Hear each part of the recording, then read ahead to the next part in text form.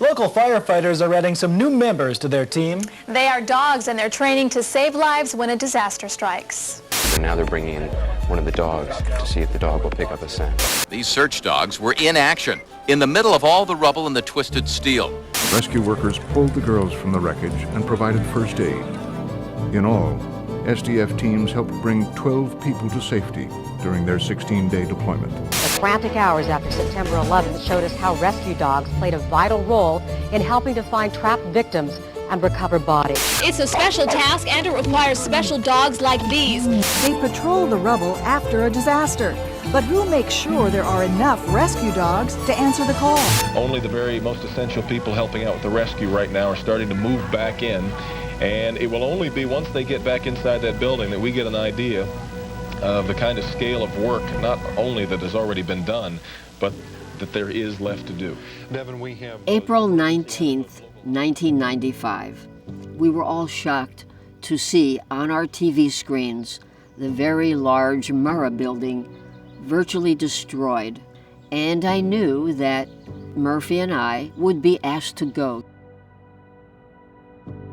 On the second or third day, as I was leaving the search area, a young man, he walked toward me and put his hand on my shoulder.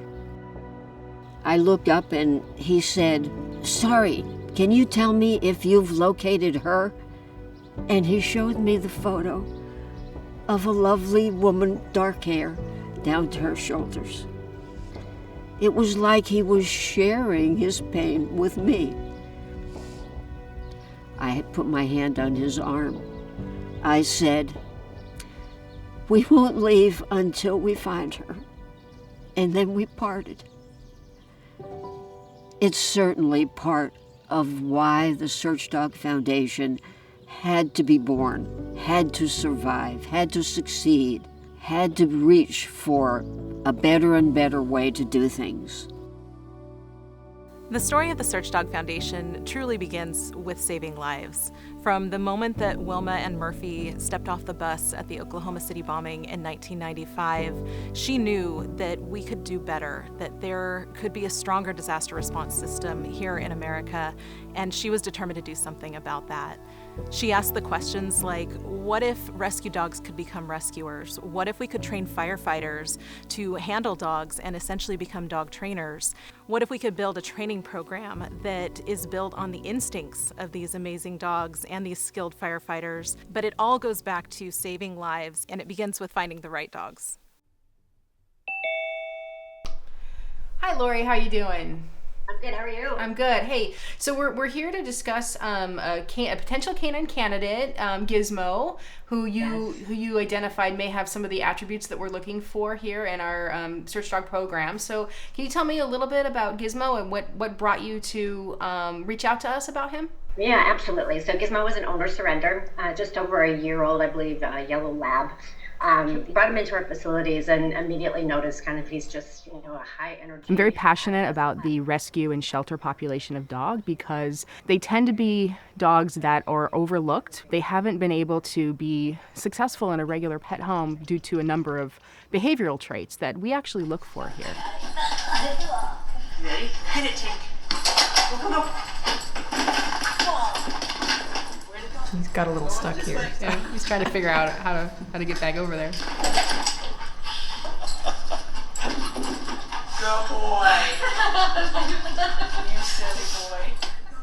So what do you think about Gizmo? Throughout the videos, you showed all of the things we look for. His retrieves were great, very linear. He was really fast and intense. He never gave up, and he was willing to climb on anything and everything. Just all of the qualities that we look for. So my recommendation would be to move forward with this dog. I agree. Same here. Yeah, he's a great dog. Once a dog is accepted into our program, we are committed to that dog. Whether or not they end up being urban search and rescue dogs, or in another working career, or even in an active pet or sport home, we are committed to finding the best placement for each dog that comes into our program. And how we measure success is through that. 100% of the dogs that come through our program find their place in life.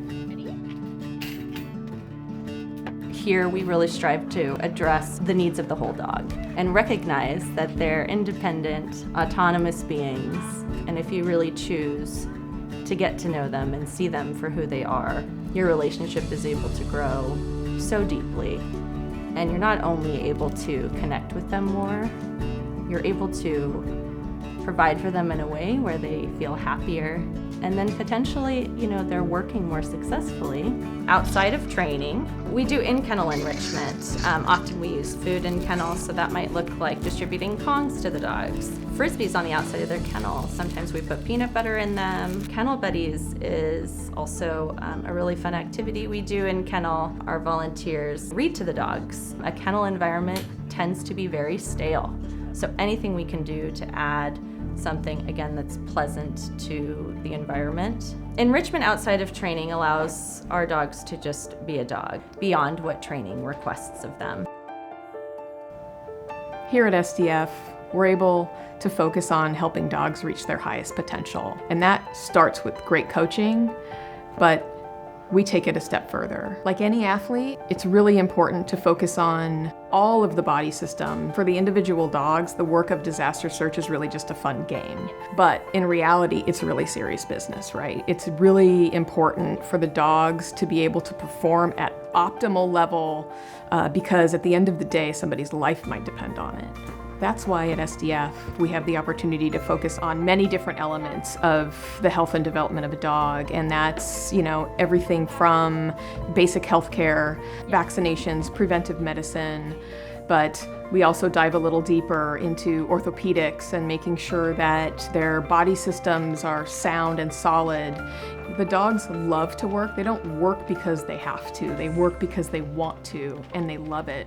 And anything that we can do in our program to help afford them the ability to do that as long as possible, and even optimize their quality of life into retirement through improved mobility because of a lifetime of health and wellness. And that's our goal here at SDF. As a search dog nears the end of its training here on campus with us, we start looking for the right handler to partner a dog with. There's a lot of learning that needs to be done and a lot of growing together as a team. That bond and relationship and partnership that a handler and dog have together is what's going to carry them through something as challenging as a deployment. When they may face challenges they never even dreamed of, we know that they're ready and that they trust each other to do the job. We're fortunate as first responders to have this opportunity to be here conducting search on the rubble piles. It could very well be we get deployed on an incident where there's some kind of structure collapse, and I can't imagine how horrific it may be to be that victim for days on end, essentially buried alive, losing all hope, and then suddenly a dog's bark pierces through that ear-deafening silence, and we found you. A campus like the Search Dog Foundation helps us train for moments like that to be able to make a difference, to be able to save lives. A deployment's obviously a stressful event for everybody. You can look at all the media, news coverage, pictures, all that you want, but nothing's really going to speak to it like seeing it in person.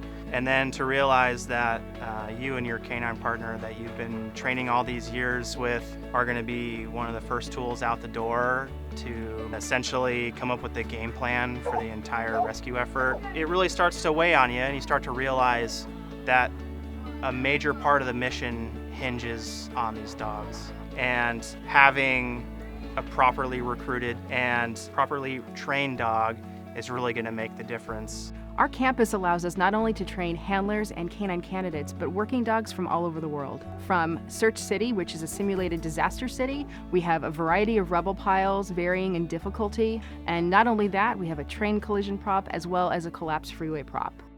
This campus is exceptional, it's special, and I think as we continue and evolve and grow and find new ways to expand both our impact and our organization as a whole, and find new ways to provide support to the disaster response community, but more importantly to the animal welfare community, I believe in the profound power of canines and people working together.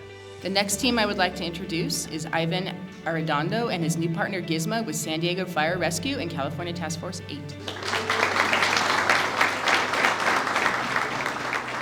Wilma's vision will always be the blueprint from where the Search Dog Foundation started. And as we carry that forward with us into the future, we look forward to expanding our impact on the world by saving lives, strengthening disaster response, and providing second chances, so that ultimately, just as Wilma intended, no one is left behind.